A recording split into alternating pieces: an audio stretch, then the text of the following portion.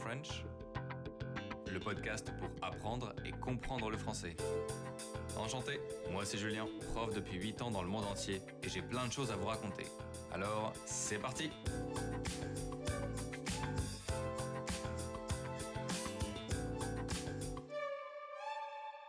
Bonjour tout le monde. J'attends mon ami, encore et toujours. On a tous un ami qui est le champion du retard. Il débarque en souriant 10, 15, 20 minutes en retard pendant que vous écoutez en boucle la même playlist Spotify depuis 2023 et que vous comptez les briques sur les murs de la station de métro. Mon rapport au retard est un peu différent puisque je suis prof et que j'ai souvent des élèves qui sont en retard. Et je dois dire que certains ont des excuses assez surprenantes. On m'a déjà dit « Mais monsieur, si je suis en retard, c'est parce que je voulais réviser ma leçon dans le bus et que j'étais tellement captivé que j'ai raté mon arrêt. Donc j'ai dû marcher. » Ah oui, donc c'est la faute du prof en fait. Pardon, je m'excuse. D'ailleurs, cet ami qui est toujours en retard, est-ce qu'il est également en retard à l'école, au travail? Ou alors, est-ce qu'il ne serait pas en réalité trop poli? Eh oui, car en France, le retard peut parfois être une marque de politesse. Je vais vous parler de ce que l'on appelle en France le quart d'heure de politesse. Pardonne ton French, apprendre et comprendre le français. Quand on reçoit des invités, il y a beaucoup à faire. En effet, il faut que nous préparions le repas, que nous fassions le ménage et un peu de rangement. On peut y passer des heures, surtout s'il s'agit d'un repas de famille de type Noël. Et si vos hôtes ne vous ont pas demandé d'aide, il est inutile d'arriver trop tôt, car vous allez simplement les déranger. En réalité, il vaut mieux arriver un petit peu en retard pour laisser le temps à vos hôtes de terminer les préparatifs. La question est de savoir combien de temps faut-il attendre? 5 minutes, 30 minutes, 1 heure? Quelle est la durée optimale d'un retard pour ne pas paraître impoli et irrespectueux? Eh bien, pour les Français, c'est environ 15 minutes. Un quart d'heure. C'est ça que l'on appelle le quart d'heure de politesse. C'est une règle de ponctualité très générale, mais il est possible que certains de vos amis préfèrent une vraie ponctualité, une ponctualité exacte. On dit aussi que après l'heure, ce n'est plus l'heure.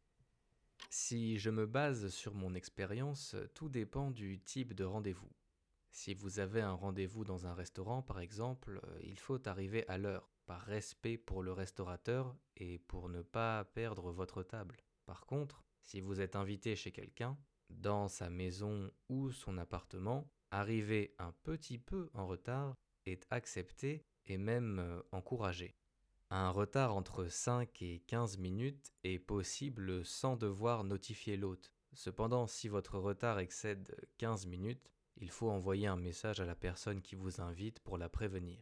Sinon, c'est un manque de politesse.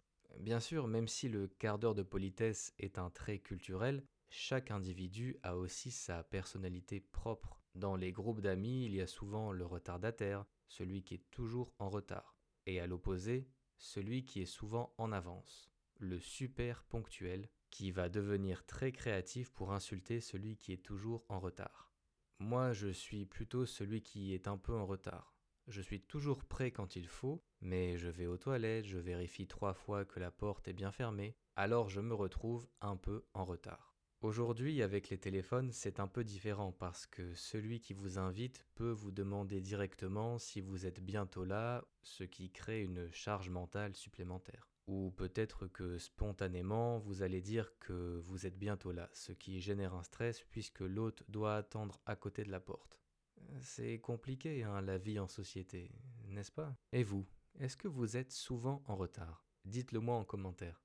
Bon, et pour terminer sur ce sujet, malgré le fait que le quart d'heure de politesse soit très répandu, il n'existe pas dans le monde scolaire ni dans le monde du travail. Hors de question d'arriver 15 minutes en retard à un entretien d'embauche, même si vous avez réalisé un super CV grâce à mes conseils de l'épisode précédent. Le travail requiert de la ponctualité, en tout cas en bas de la hiérarchie.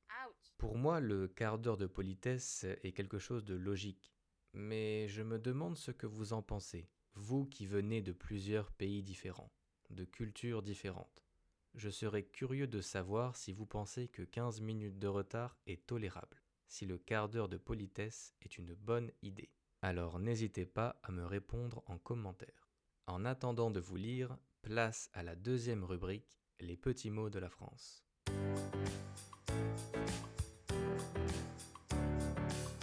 Le thème d'aujourd'hui n'est pas un mot à proprement parler. Ce n'est pas une phrase ni une modification grammaticale. C'est un sigle, une abréviation. C'est MDR. 3 lettres donc. MDR.